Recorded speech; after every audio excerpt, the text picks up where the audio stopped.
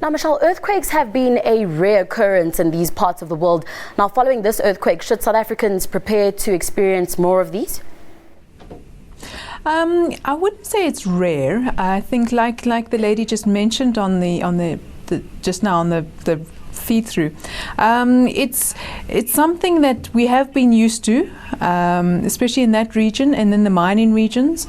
But generally, South Africa is classed as more of a stable region. So we're used to magnitudes 1, 2, 3.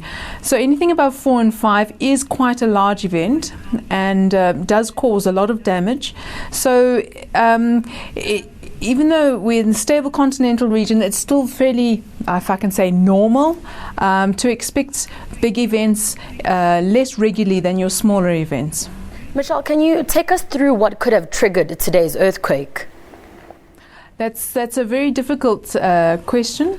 We do not understand enough about the earth and about what the mechanisms of earthquakes and how it actually is triggered.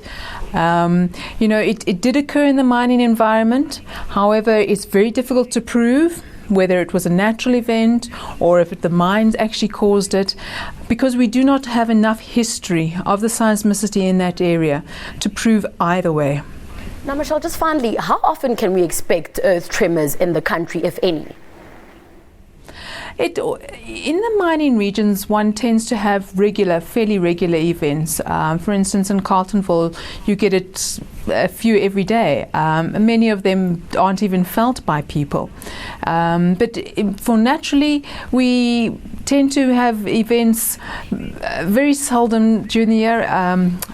For instance, there are different hotspots throughout the country. You get hotspots in places like Koffiefontein, in Orkney, even the Ceres-Tulbagh region, where there was the biggest earthquake of 6.3 in 1969. And these are fairly less regular, if that's the right English, compared to the mining regions. Thank you so much for your time, Michelle.